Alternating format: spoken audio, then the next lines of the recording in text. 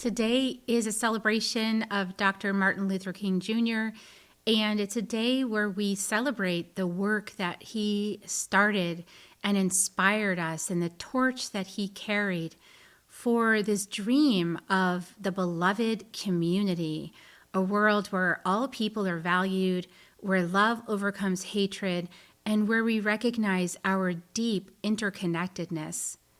And the truth is, we can't build the beloved community from division, fear, and separation, which we see all around us in the world today. So how do we build it? Well, we start within. Join us for a beautiful conversation with myself and my partner, Akeem SAMI. Soul Nectar Show, the Soul Nectar Show. You're invited, delighted to discover who you are. Anything is possible if you believe. So join us on this beautiful journey. Soul Nectar Show, Soul Nectar Show. Hello, everybody. So excited. Hi, everyone. So excited to be here today. This is Martin Luther King Day on January 19th, 2026. And it's a day that we march in solidarity, a day that we light a candle and remember a man who stood up for his dreams while encouraging everyone else to do the same. And many people think that Dr. King's work was all about racial equality and that that's where it stopped, but that was only the beginning of his dreams. MLK dreamed of the beloved community, a world where all people are valued, where love overcomes hatred, and where we recognize our deep interconnectedness. And the truth is that we can't build the beloved community from division, fear, and separation. We build it first by creating the beloved community within ourselves, inside, and healing our inner divisions and releasing judgments of self and other, and remembering our sacred connection to each other and to Mother Earth. And so I'm your host, Kerri Hummingbird of the Soul Nectar Show podcast, where this will also be released. And I'm also the co-founder of the Inner Medicine community. And here to join me today is my sacred partner, Akeem SAMI, who is also a co-founder of Inner Medicine community. And Akeem brings a lifetime of martial arts mastery as a 6th-degree black belt to Inner Medicine community and to our talks and everywhere he goes. It's embodied, as well as his training as a pranic and advanced shamanic healer, offering rich insight about mastering self. He's also a somatic healer as well as a licensed massage therapist. I like that part a lot, massage therapist part. So yeah, it's pretty cool. So today, Akeem and I are here to have a conversation about the inner work of the dream.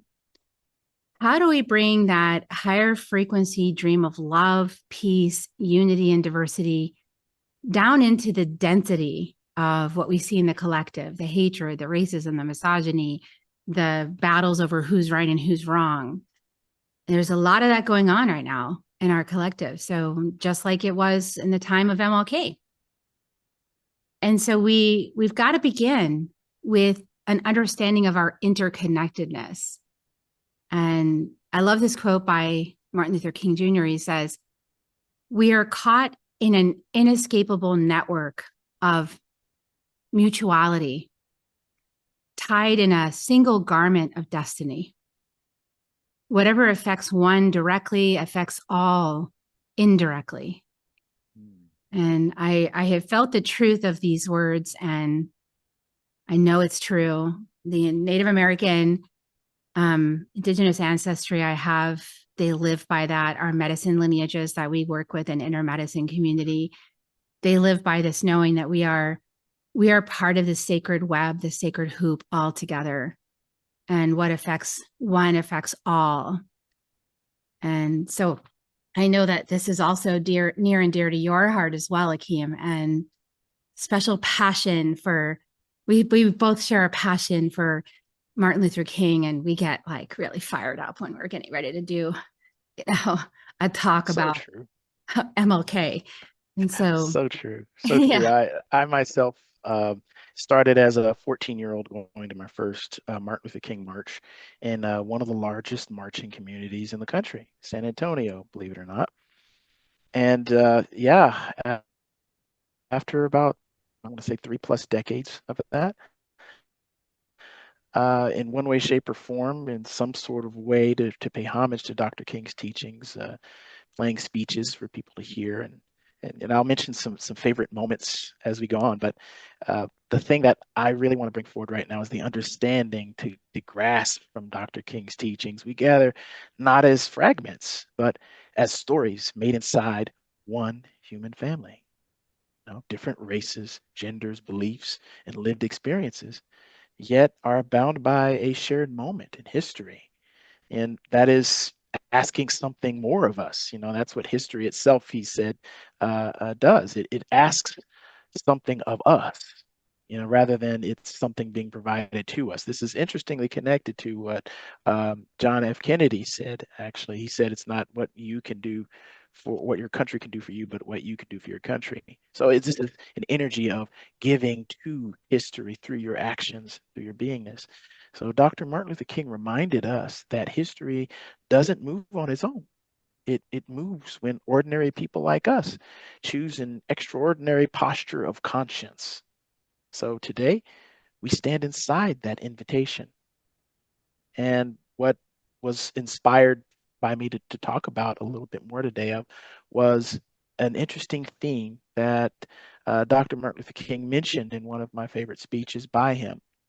He called it the three evils of society. And he does talk about this in his last book, Where Do We Go From Here? As well as it was a really awesome, groundbreaking speech. Many of his were to me. Uh, and the three evils are representative of collective wounds and collective invitations at the same time. So, Dr. Martin Luther King spoke of racism, militarism, and extreme materialism. And we named them to not shame the past, but to heal the present. You know, if you avoid something that's been impeding, it's kind of like bad smell. You're gonna it's gonna eventually make its way to the back of the house. You know, and so it's important to do this. Name it, say it, state it. And racism is one of the other shadows that he spoke about there, which is the forgetting of our shared origin. You know, racism is, and this is also what my dad, who was a writer, speaker, Mr. SAMI, and he wrote a book called The Unshackled Mind, and he also had a chapter called Racism in it. And I find myself often repeating things that he shared with me because I was his cameraman, his his helper, you know. And he spoke also about racism in a way that's similar to what Dr. King spoke about. And racism is a forgetting, and that's how bigotry is born. It's also forgetting our shared connection. You know, it's the lie that difference equals danger rather than wisdom. And a multiracial gathering such as this, even here, our very presence is proof that another story is possible. And he also spoke about militarism, which is the habit of meeting fear with force. This is what he spoke so much about, uh, going up against Richard Nixon about the Vietnam War toward the end of his life. And, you know, militarism was his warning. When he said in one of his, about 2 weeks before he passed away, he said that militarism, it has a effect of hardening emotionally and numbing emotionally.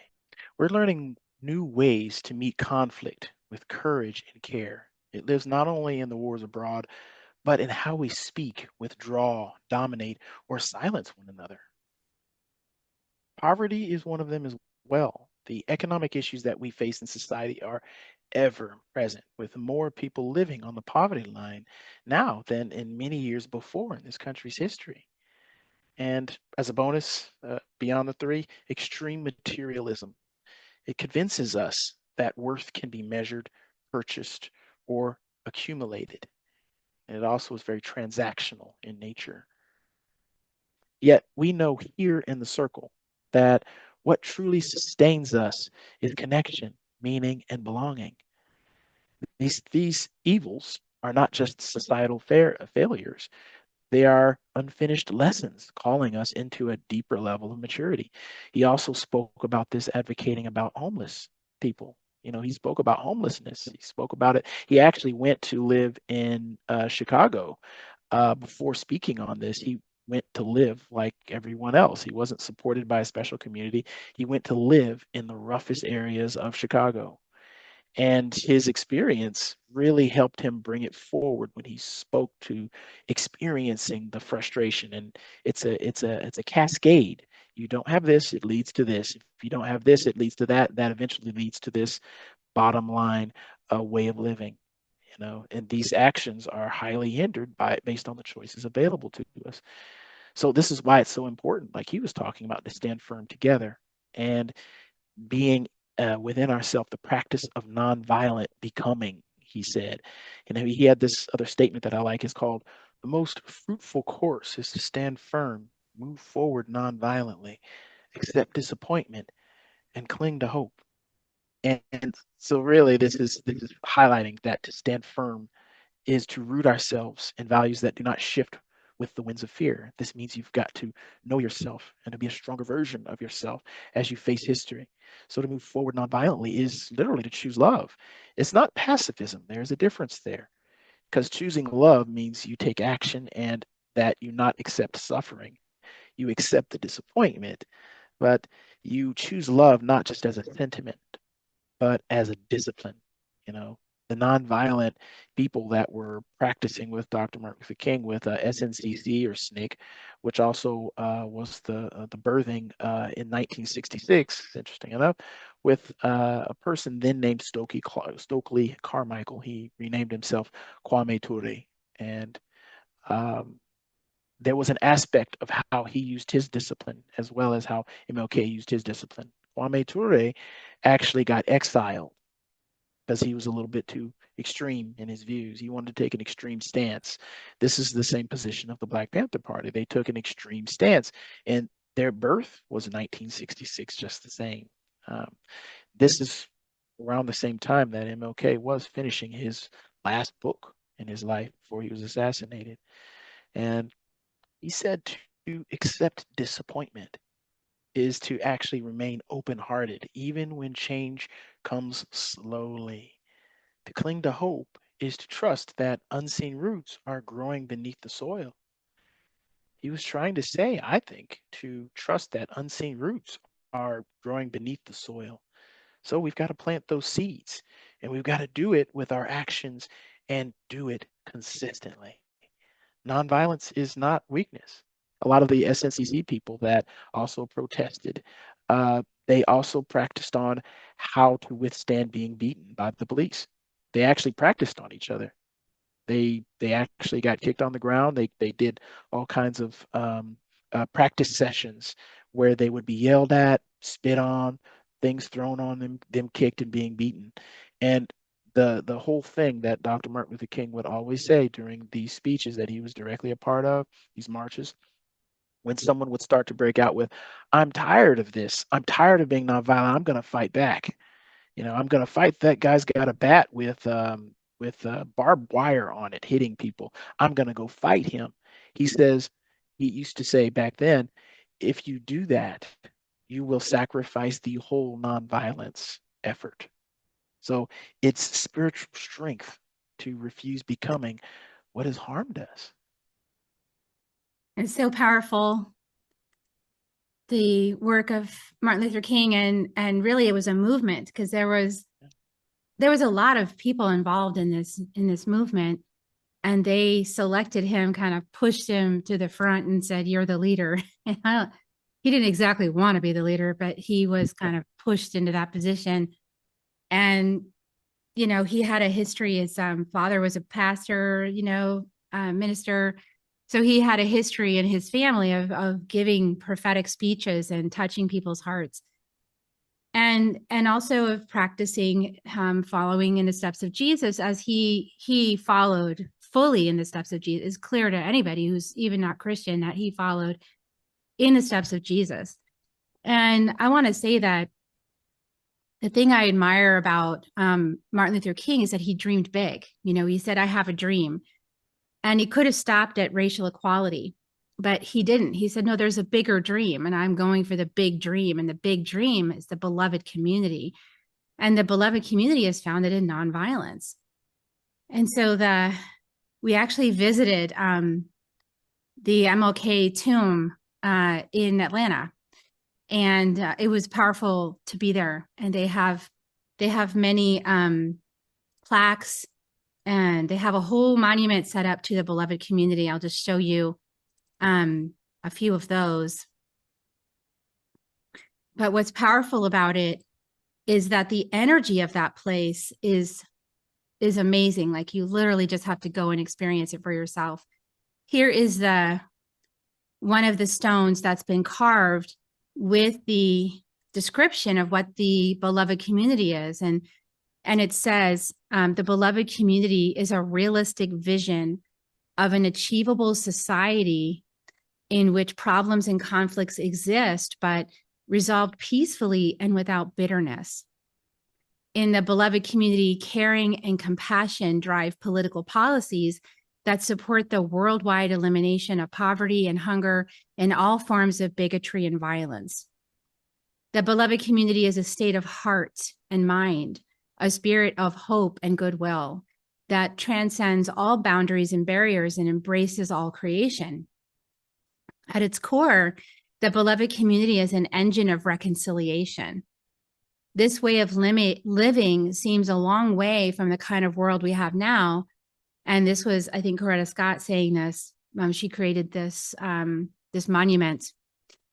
This way of living seems a long way from the kind of world we have now, but I do believe it is a goal that can be accomplished through courage and determination and through education and training if enough people are willing to make the necessary commitments. And there's actually 6 principles of the beloved community. And so I'll just say what they are now. They have a stone, a giant stone dedicated to each one of these at the center. Principle 1 is nonviolence is a way of life for courageous people. I love that, for courageous people. It is active, nonviolent resistance to evil. It is aggressive spiritually, mentally, and emotionally.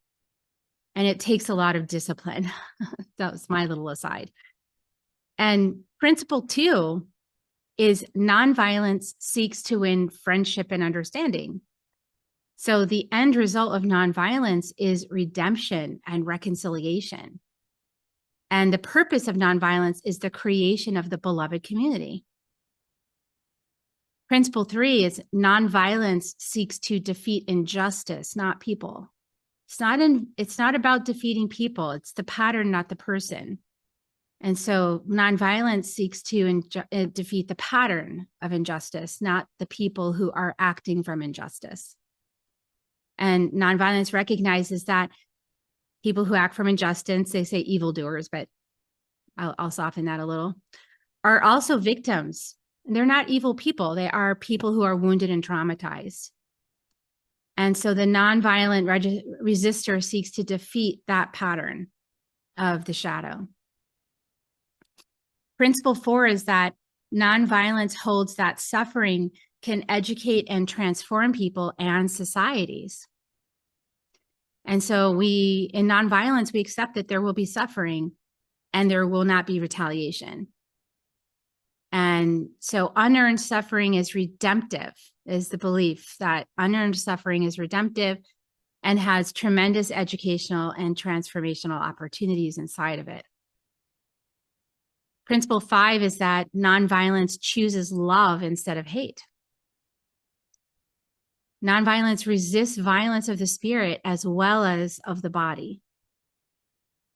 And nonviolent love is spontaneous, it's unmotivated, it's unselfish, it's creative. And then the last principle, principle 6, is that nonviolence believes that the universe is on the side of justice. And the nonviolent resistor has deep faith that justice will eventually win. And so therefore we believe in a God of justice, not punishment, a God of justice. Big And difference. the justice happens right through evolution of human consciousness. It happens through learning from the choices to allow the pattern to operate your consciousness, or to decide to not allow the pattern to operate your consciousness and to let love operate your consciousness. It's a choice. Yes, and something else I'd like to turn attention to is something else that Dr. Martin Luther King said.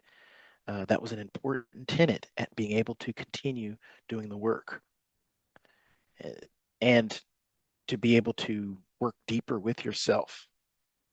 The statement that he said was, we must guard ourselves from bitterness.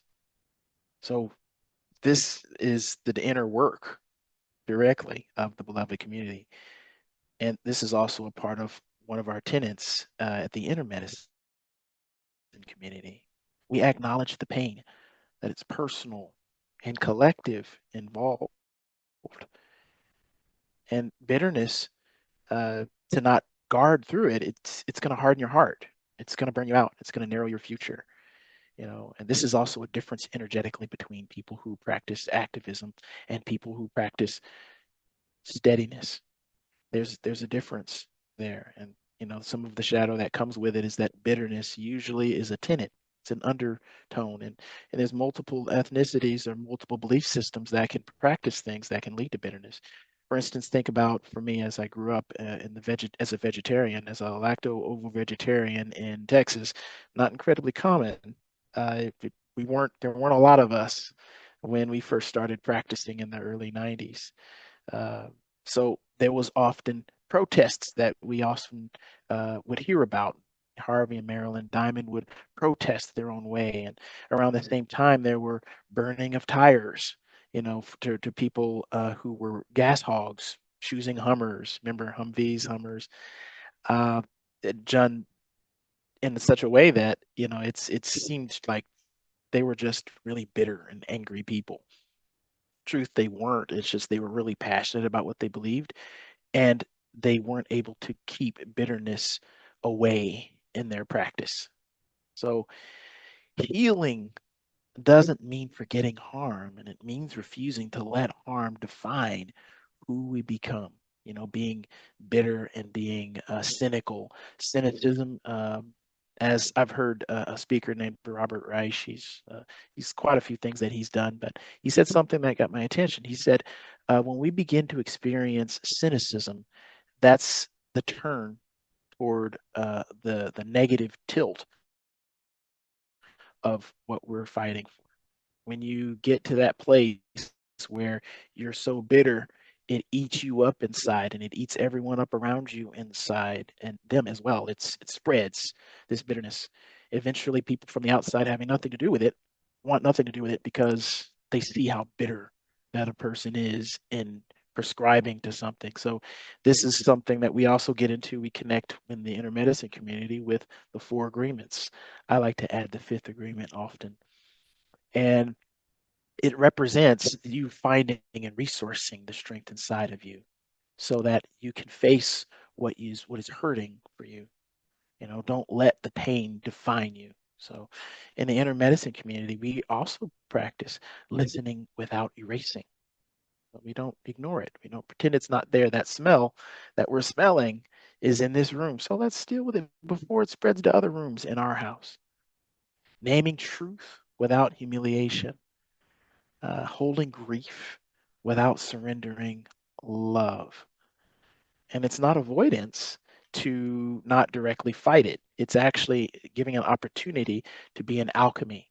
So the fighting and avoidance, those are things that are the shadow aspect that always come back to bite you. So in the inner medicine community, we work with the alchemy of it. We let it be there. We make it okay to look at it and face our shadows, face our difficulties. So seeing the vision hidden in this particular generation's ordeal, I'd want to say particularly Generation X and after. Every generation has their own ordeal and their own version of it. And us, if you are in the Generation X category, we're now being positioned in the places of love and leadership. We have an opportunity to use love instead of hate and fear. And our ordeals show that division uh, when there could be dialogue is possible to a place where it brings us deeper into fear. So this fear could be understanding instead. There could be exhaustion when what you could really find is renewal. Within these challenges is the vision that he spoke about, an opportunity to evolve how we relate to one another and to the earth and to ourselves. And the moment is not a collapse. We're right at the threshold. We're right on that brook. We're so, so close. So Dr. King also spoke about transfiguring ourselves. He called us to not just to change laws, but to change consciousness. Transformation begins here, right here in the present, in the now, with you and with me and with us and how we see one another. And that's how racism gets in. They're not inspired to transform. They're not inspired to grow. They want to stay and they want to remove and they want to isolate each other and separate. So this is what we combat by action. Rather than fighting a person, we're moving deeper inside of ourselves to connect, and how we see one another and how we speak across these differences, how we embody compassion in daily life. I mean, the beloved community that Coretta Scott King wrote, it's not about uniform, it's harmonized diversity, many voices, one commitment to dignity. Yes, and the practice of the inner work of the dream is actually doing the inner healing, like noticing what it is in the outer world that you're finding personally inner conflict about, and it's challenging for you to accept it. Doing that inner work to bring healing to yourself, and not just yourself, but your ancestors, the collective, our society, our different groups where we have engaged. And so when we bring the dream inside and we look at it from the landscape of self, can actually do a lot of work to transform the experience on the inside that then allows us to be able to hold more space on the outside as sacred witnesses. And it's actually in that sacred witnessing that so much healing happens, because when someone is sharing something that is on their heart, and instead of erasing it or trying to push it aside or trying to bury it, you actually are just with it and you just receive it and you let it come in and you feel everything that it stirs up inside of you. And you say, is there more? People feel heard. They feel received. They feel witnessed. And then from that place, so often people are ready to let go of it at that point, instead of digging deeper and entrenching in it. Knowing that who we are is not what we think. Who we are is beyond our ideologies, our beliefs, the thoughts in our head, what we think is true. Who we are is so much more vast.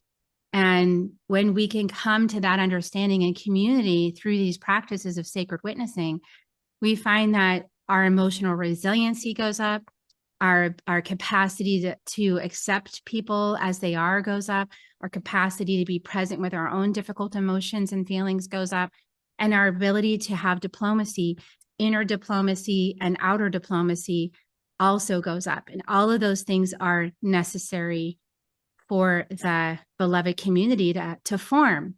And it takes action. It takes love and action. It's not easy to lean into a conversation where maybe your body is like, I don't want to have this conversation. I'm getting off this call. I'm leaving. And what if you stayed? What if you were in a context that could hold space for your discomfort without dismissing it and without fixing it, but just letting you be, until the energy moved, and then you were in a different place just miraculously by staying present. And that's what happens all the time in the work that we do in intermedicine community. It's really, we call it magic, but really it's presence. And it's being willing to stay present and not to deny or push anyone's perspective down, but to allow it to transform without their identity getting involved. It's a trick, so there's lots of reasons we could go down so many rabbit holes right now as to why that is true, that people's identities get trapped up in belief systems. But the work of the beloved community is to separate the person from the belief system so that they have an awareness of themselves beyond the beliefs. They have an awareness of themselves as a divine being, separate from whatever they perceive, and why it is that they perceive what they perceive. And when we can get to that place, we realize we're all connected, and we realize that we're all divine beings of light. And, the shamanic path helps us get there because it teaches us how to walk in beauty. It teaches us how to perceive that everything that's happening in our lives is happening as us, by us, for us, and through us for the highest good.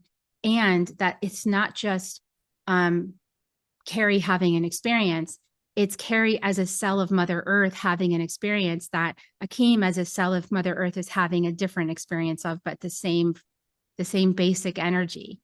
And so we can start to see ourselves as a cell of Mother Earth, as a divine being of light that's all connected with everything else. And that we're all having a different experience of the same energy that's moving through the collective. And then we can start to see ourselves as part of this ocean instead of being a separated little particle out there on your lonely beach. And when we see it that way, we don't take it so personally. We also practice the 4 agreements. Don't take anything personally is one that's often employed. And why do we do these things? Because our aim is to create the beloved community.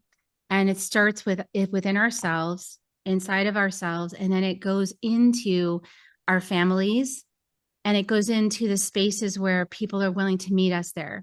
And so sometimes that's not your family, your biological family. Sometimes your biological family is like, I don't know what you're talking about now. And so intermedicine community or places like this, creating the beloved community can be safe spaces for everyone to practice this muscle of diplomacy, to practice this muscle of acceptance and being present with, and as we do it here, it ripples out, and then we're able to try it out in different spaces. That might be a little harder for us, like around the family dinner table, so this is how we need to embody the dream. So it's nice to have the vision and the dream, but if it's just a feel-good dopamine hit, and then you're off to the races, and you're back to life the way it was, and it didn't really do anything. It didn't transform you. It didn't become a new way of being. It didn't bring you more into your authentic self. And so we're embodying the dream. We're dreaming it, and that's important to envision it. But then it's about becoming it and walking life as it, literally walking life as a blessing and through your spiritual practice. And so there's practical ways to be the dream that we also share in community. And I want to say, we were very inspired to do today's podcast because we love Martin Luther King, and you're here, so we know you love him too, and what he stood for. And the dream is still in the making, and the dream is New Earth, and we are creating that together. And we start today. Is everyone on the same page of creating New Earth? No, and that's okay. Not everyone has to be. But if it's in your heart to create it, then you find that space to create it with others that are also, it's in their heart to create it. And you just start creating it no matter what's going on in the outer world. You just start creating it and you build it. You build the dream, you embody the dream. And that's what we're doing here in intermedicine. And we wanted to let you know that we're going to have a closing blessing in just a moment from Akeem. And I wanted to say to you that we know that this takes more than one conversation. So we decided 2 things. We really want to serve people in understanding we really want to serve people in understanding what it's like to live in to be participating in a community that's respectful, that listens, that cares, that doesn't try to fix you, that allows you to change your perspective without a waggy finger associated with it, but like a community that we grow together, that we all come together and we grow together. And so what we decided to do is we're going to put a little extra muscle, a little extra love in our action, and offering a free series that's called Grace Under Fire. And if you look in the show notes, on this is going to go into the podcast, and anyone who has actually signed up for this live webinar and have been on the call, you'll receive the replay, and you'll also receive a link to Grace Under Fire.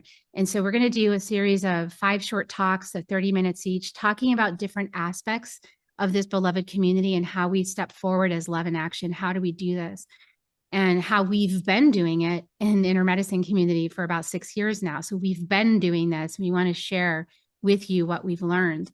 And we also want to invite you to an experience of our practices and our spiritual walk.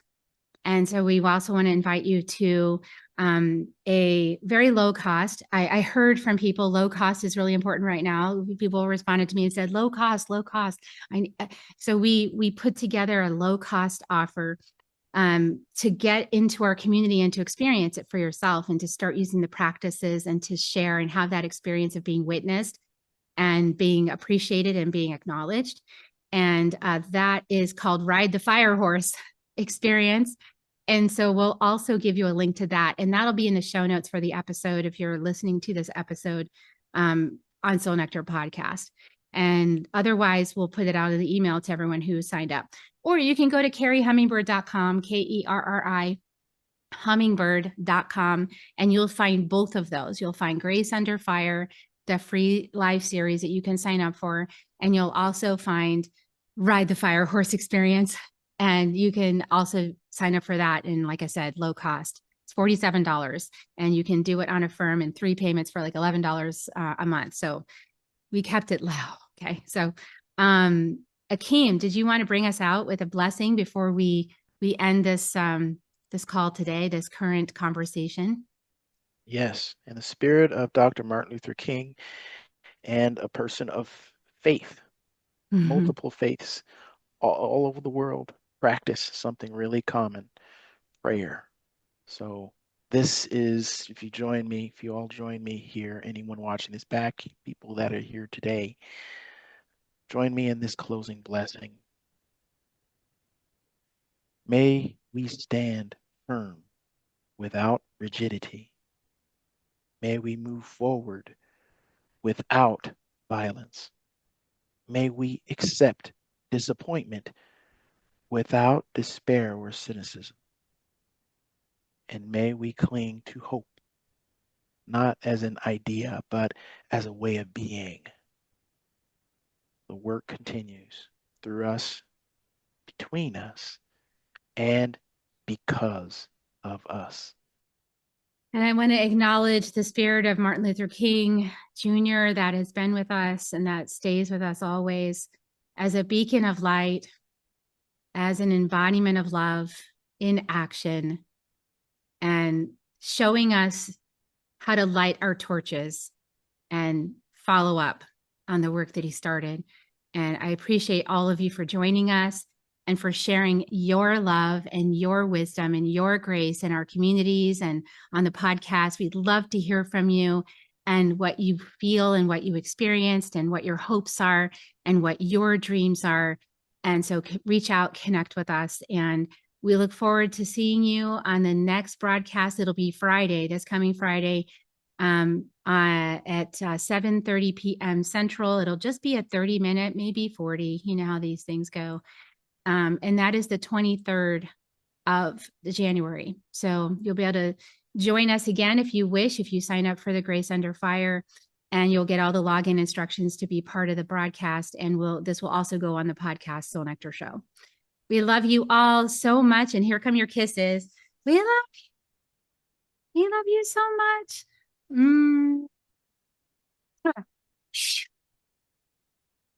And we'll see you next time. We'll see you on Friday. Bye, everyone. Bye.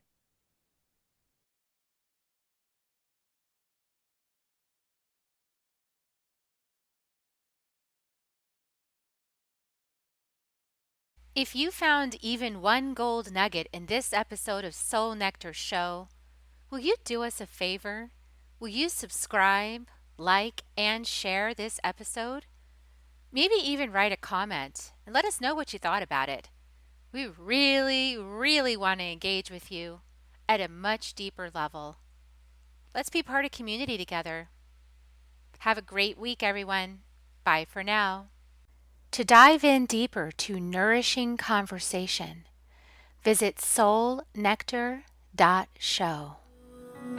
Soul Nectar Show. Awaken, awake to show. Take a sip from the drip of the nectar, from the source of who you are. Soul Nectar Show. Yeah, yeah.